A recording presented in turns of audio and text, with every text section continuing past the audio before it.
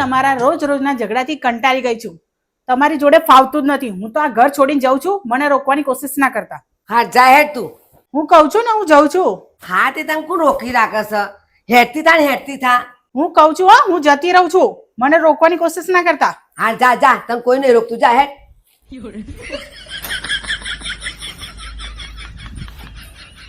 એક નંબરની નાટકબાજ છે.